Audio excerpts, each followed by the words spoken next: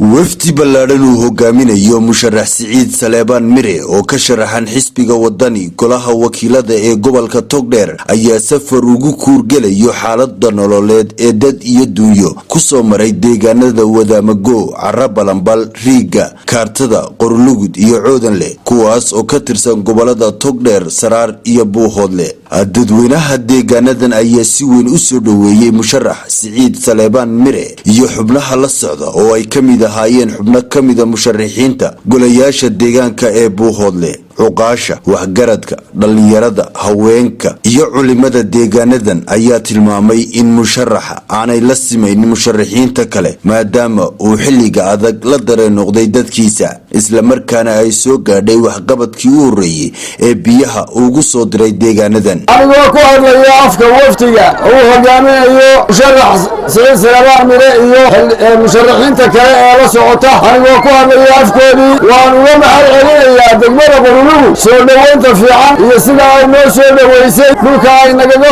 qalbiga furan iyo caleemo qoyan dhammaantoodba waxaynu u rajaynaynaa khayr iyo barwaaqo iyo dhammaantoodba guusha ay higsanayeen iyo hadafka aynu la doonayno ilaahay inuu ku soo saarayno ilaahay uga baryo. maanta waxaanu nahay sahan baanu nahay marka la soo gaabiyo sahan baanu nahay sahankaas oo ah bal wixii dadku qabana soo indheeya abaar iyo dhib waxay qabaan. Siciid Saleebaan Mire wuu barakaysan yahay isaga hawlwadaan la socda waayo waxa weeyaan maanta oo xilliga aragaynu ku jiraa hawlgalka iyo tadawirka uu sameeyay dawaynu ognahay waxa boolada la soo daba dhigay inagoo liidana ilaahay baa deeqdan keenay Siciid iyo hawlwadeennadiisuna waa u sabab dhiban qaran weey wax dhiban Soomaaliland waxa leena walaalaya aynu maalin muhiim leeyahay aynu maalintu diin xaniga doorayo waa cod aynu hadaynu xulay oo iska soo doornay aynu codka siino oo ugu dar dadweynihiisa iyo qariyadiisa iyo magaaladiisana uu ka doonay waa naga helayaa ilaahayna xilkaaha ku guuleeyay qaybka ballaaran ee biyaha leh insha Allah waxa weeye qaybina noo timi horena ugu timi qaybina la socotay marka waxaan leenahay insha Allah waan ku dooranaa waan ku soo dhaweynaa qalbi furan iyo gacmo furan iyo wafti waan idin soo dhaweynaa ma furan ma idin soo dhaweynaa fiidiyo hoobaan idin la diyaarnahay soo dhaweynaa aad iyo aad baan idin soo dhaweynaa waan idin dooranaa waxaan ay deegaanka degmadaadu Qorlugud ku soo dhawow waa xildhibaankii koowaad isagoo aan soo shacbixin soo bixiyay waxtarka biyaha dadka abaarta wado oo siiyay oo abaarta ugu soo halgamay ee wanaha dadkiisa la dhiidiyayna waxa weeyaan aad iyo aad baan ugu mahad celinaynaa. Siciid Saleebaan calaamada qofka lagu garto qofka wanaagsan calaamadaha lagu garto waxa kamid ah marka xaaladdu adkaato qofka dhiirada ee ku dhacay inuu dadkiisii dhex tago ee dareenkeeda la wadaago waa calaamadaha qofka wanaagsan lagu garto rag badan oo sharaxan oo xildhibaana oo ku dhicay waay hadda inay idin la wadaagaan abaartan iyo dareenkiina inay idin la qaybsadaan oo sugaya hawsha markay daado arday kuwa Siciid xoolo la qayb maayo waxaanu ka rajaynaynaa inaynu ahaano arrintii ay ku faa'iideen waliba waa faa'iidi jireen waa ku guuleysan jireen inaynu tii oo kale inay noqoto. Siciid Saleebaan Mire iyo waftigiisa tarweynoo sheegeen waa nooyin waana ku rakaadanay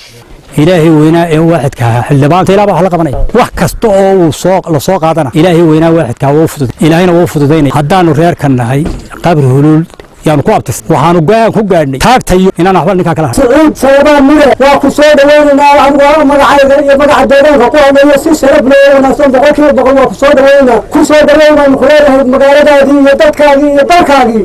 uu ku suntan yahay wax qabad baa ka muuqda uu ku suntan yahay wax qabanayaan ku dooranayna saldhiga waxaan malaynayaa halka ugu hooseysa nin socota ah oo kula kulmay inta uu qaban karo inagoo garan karna haddana waxay ahayd maalintii koobaad ee saldhiga iyo degmadaba ciidan loo helay ciidan bilis loo helay ogahay kartida waxaan qabaa maanta haddaynu Siciid dooranno waaynu golaha uu sharaxan yahay baarlamaanka aynu geyno inuu ina tari doono intii aynu ka weynay intii hore dhanayna oo la yiraahdo Muxyidiin Ibraahim Umar wuxuu Muxyidiin ka sharaxan yahay golaha deegaanka ee Burco ayuu ka sharaxan yahay dadkii deegaanka inuu imika joogno u dhashay Burco waxay isla qaadatay in Muxyidiin Ibraahim Umar loo doorto oo noqdo xildhibaanka golaha deegaanka Burco. musharax Siciid Saleebaan Mire ayaa ka waramay socdaalkan waxaanu ka codsaday dadweynaha inay alle baryaan si kaliishan uga soo jabiyo iyagoodu gobolka Buuhoodle sida wanaagsan ee quruxda badan sharafta iyo karaamada leh ee aad noo soo dhaweyseen haddaan idinka waramo socdaalkeen sidii uqaashay sheegeen odayaashuna socdaalkeen waxa weeye socdaal xog raadisa oo aanu doonayno inaanu ku ogaano deegaankana ka soo jeedo inaanu ku ogaano dhibaatada abaarta iyo xaaladaha dad iyo dunyada markaa socodkaygu wuxuu ka ekaa keliya ujeeddo kale muu lahayn waxa uu ahaa inaanu dadka dareenka la qaybsanno inaanu duruufta la qaybsanno inaanu la dareenno. Cabsaaq Farax Cabdilaahi TV-ga qaranka Somaliland Burco.